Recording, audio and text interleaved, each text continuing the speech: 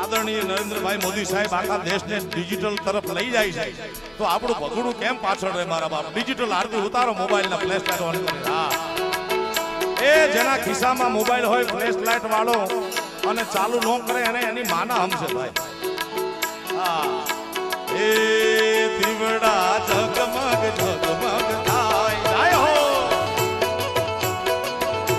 એ દીવડા ઝગમગ ઝગમગ થાય,